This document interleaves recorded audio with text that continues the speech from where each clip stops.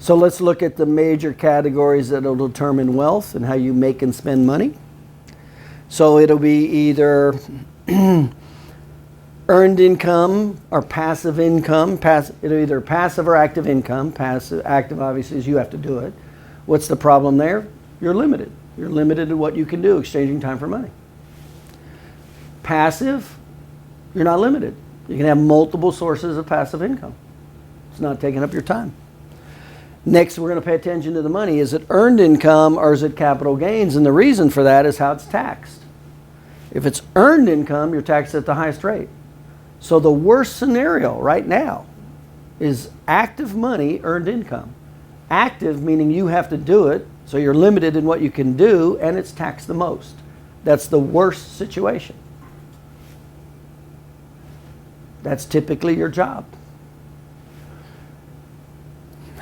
So, next is what are the sources that we can get these funds to come in? Again, earned income is you earning it, highest taxed. Well, if it's investment, it's capital. It could be capital gains taxed, which is a lot less than earned income tax. So you save money just by having passive income through investments.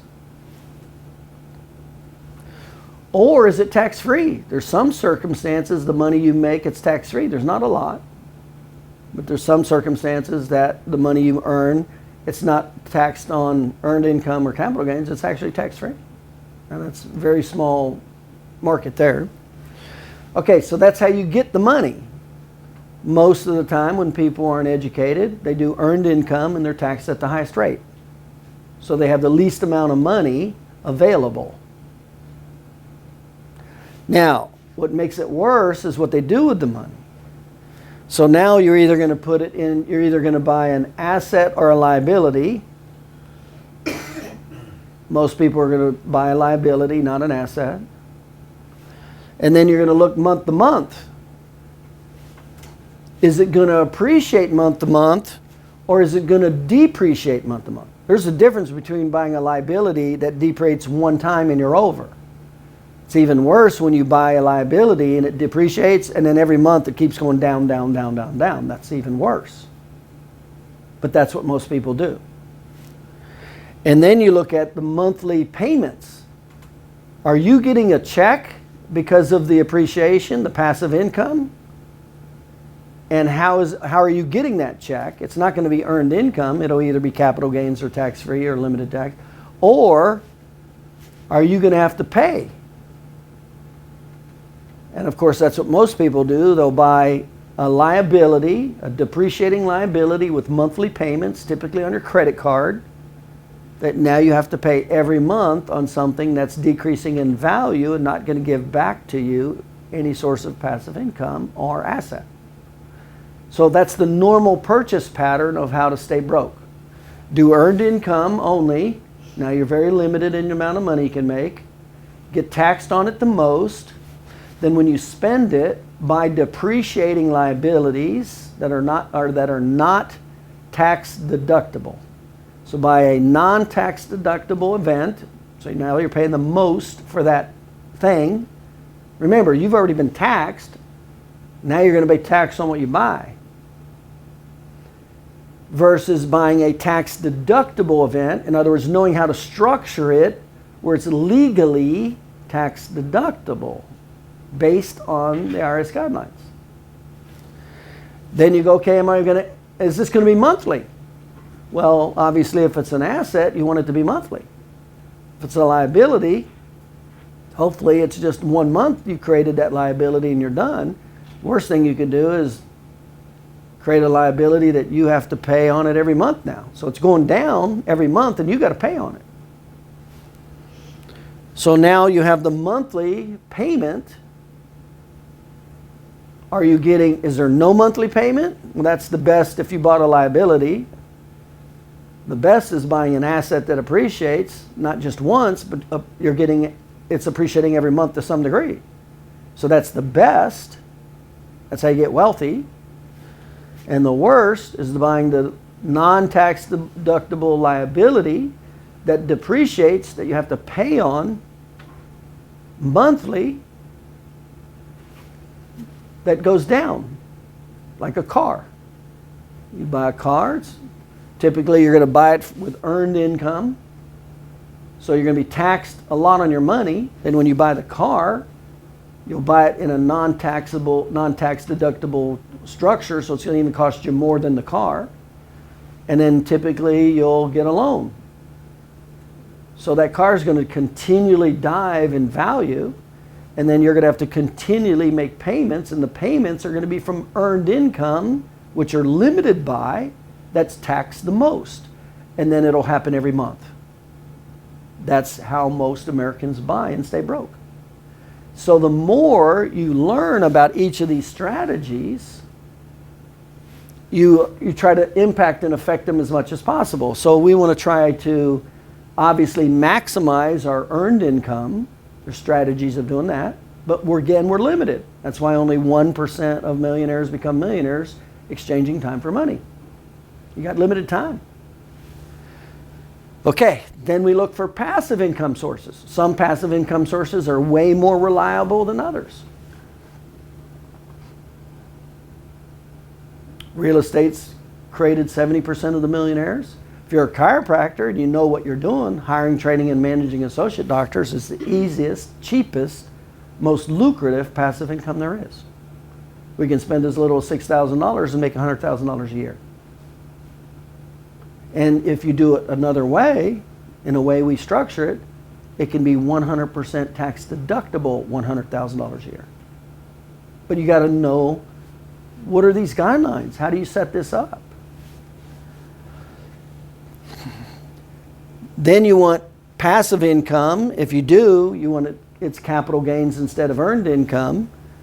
And then obviously there's vehicles where you can make it where the income is, there's not capital gains, it's not taxed at all. So that's another type of structure. And then when you spend the money, so that's getting the money, so when you spend the money, it's best to spend it in appreciating tax deductible items first before taxable items. Again, you need to know the basics of tax law to do that. How can you make something tax deductible where it would be taxable? And really it's only taxable because you don't know it. That happens a lot, by the way, with self-employed people. A lot of the stuff they do is tax deductible, but they don't even know it. So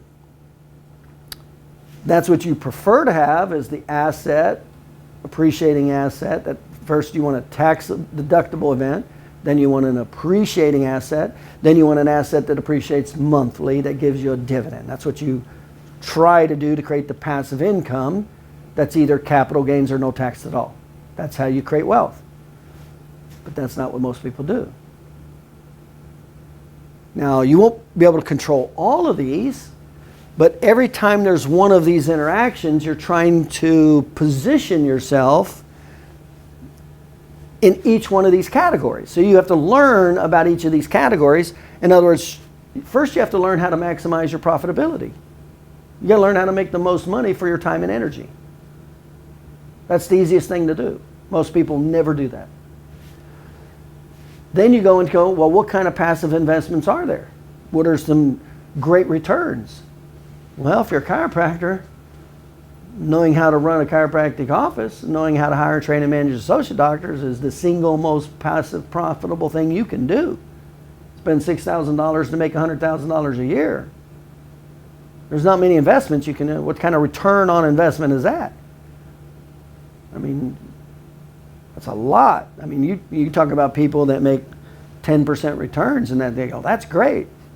Well, 10% on 6,000 is how much? 600. And in the stock market world, you got 10%, they think it's great. Well, we're spending $6,000 to make $100,000, not $600 a year. That's how big this is, if you have the knowledge and skill. Then you have to know the basics of the tax structure. Try to position as much as your income into non-taxable type of income. There's strategies to do that. So then you spend the money. And of course, the best income is passive income because you can leverage the heck out of it with capital gains or no tax at all. That's the best. And then you go into spending the money. You go, okay, am I going to spend it on an asset or liability? Or first you're going to start with tax. Am I going to spend it on something that's taxable or not taxable? Well, if it's taxable, it's going to cost you 50% more. And if you're in a 50% tax bracket, that's the example we give. If you buy a pizza and you're a self-employed chiropractor, and the pizza costs $20, it doesn't cost $20. You got to pay taxes on that if you didn't know how to write that pizza off. So now it costs $40, 50% in taxes. And then you have a 50% overhead, so you had to make $80 in your practice to have 50% of it, or $40 to go to your overhead, to have $40, and then you had to pay taxes on $40 at 50% to give you $20. So your $20 pizza is $80, not $20. So here's the month. So then we look at, is it taxable or non-taxable? Then we go, well, what's the event? Is it an appreciating asset or depreciating liability? Well, you can control that. Then you go, is it monthly? Is there going to be a monthly payment associated to this if it's a decreasing liability? That's terrible. Because now you have a depreciating liability that you have to probably use earned income to pay that monthly, like a credit card. So that $10, that $100 credit card payment, this 50% tax bracket now came $200, 50% overhead came $400. So it costs you now $400 in your office as a chiropractor to pay $100 on your credit card. That's worthless. You got a depreciating liability that you're paying on. And then you got to do it every month. And you wonder why you're not getting ahead. And the goal, obviously, is to buy a tax-deductible appreciating asset that with recurring monthly dividends. These are the categories you have to learn. And you want to maximize them out, because there's not one thing that'll do them all, but there's several of these I can control. So it might not be earned income, or it could be passive income, or I might be able to take it from earned income tax to capital gain tax, or I might be able to make it tax deductible if I know what needs to happen legally to make it happen legally. Same with the asset. When I purchase something, can I put it into guidelines that make it tax deductible? And a lot of times you can when you're self-employed, you just don't know it. And when you don't know it, you got to pay taxes on it. And then you go, okay, well, what do you want to invest in? Well, what's routine? And you can look at the market and go, well, what has routinely made people millionaires, and why has it made a millionaire? Well, 70% are from real estate. There's a reason why. So that's why you need to know the basics of real estate. And if you're a chiropractor, that's why I say learning how to hire, train, and manage associate doctor. Because we can make it way better for the associate doctor. Is the associate doctor going to make more than 50% in their own office? No. But if they're associate doctor, how much stuff do they not have to worry about? They don't have to worry about spending the capital.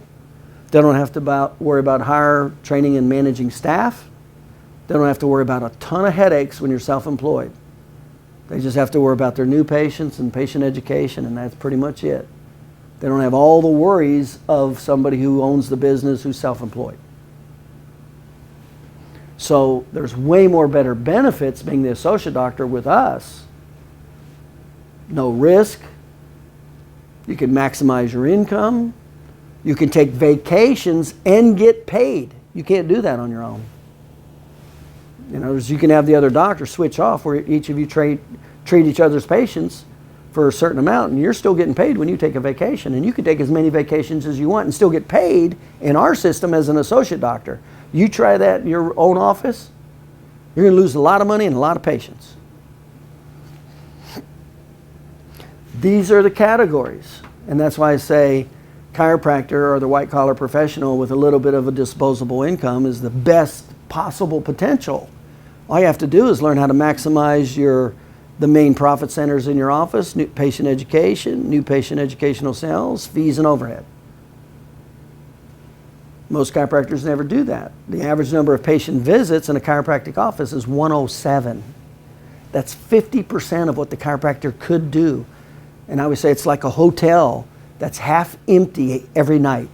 It's losing half that money every night. Or a plane that takes off, it's only half full. Well, you're in that office doing everything like the hotel is and the plane is, but you're not maximizing your productivity. And that's the high profit part, because you already paid for your overhead. That's 95% profit. That's what most chiropractors never learn how to do. That's the first thing you learn how to do, because that's really the easiest, to be honest with you. Then when you have that, you take those systems and you learn how to replicate it, learn how to hire, train it, and replicate it into associate doctors. Well, they pay for themselves within 13, 14 visits at a $50 per visit. That's it. And hold on, that's it. And then after that, you're good. So it only costs $5,000 or $10,000. They see 80 visits a week. You're at $100,000 a year. There you go. They're doing way better than if they would have went out on their own, and the capital, the hiring, the stress, everything. They can take vacations, everything. Life's much easier. And then there you go. And then take that money, $100,000, and learn real estate, and then leverage that $100,000 into 10 times $1 million. That's how $5,000 or $6,000 from the associate becomes $1 million a year. That's how I created a net worth of over $1 million at age 32, multi-millionaire at age 33, did $60 million a year. That is exactly how, those 3 steps. Maximize your profitability into 4 categories of exchange of time for money, learn how to transfer it into hire, train, and manage associate doctors to create freedom and passive income, take that money and leverage it tenfold into real estate, quality real estate. That's exactly what we teach. That's how it happens. And then how we make and spend money, we pay attention to all of these categories. Is it earned income, passive income, taxable, non-taxable, capital gains, asset, liability, monthly payment with liability or asset appreciation. And if you stick with the earned income, highly taxed, buying liabilities with monthly payments, you stay broke. That's called buying the big SUV and not knowing the basics of tax laws. And the goal is to maximize your exchange of time for money, learn the tax law to minimize your earned income taxes and keep more of your money. Then when you purchase items, learn how to deduct them first so you don't have to pay more for them using the IRS guidelines. And then buy more assets than liabilities, and then buy more assets that create monthly appreciation or income versus die after 1 month. And that's called the associate doctor in real estate. That's my system. That's what I teach. That's what I did.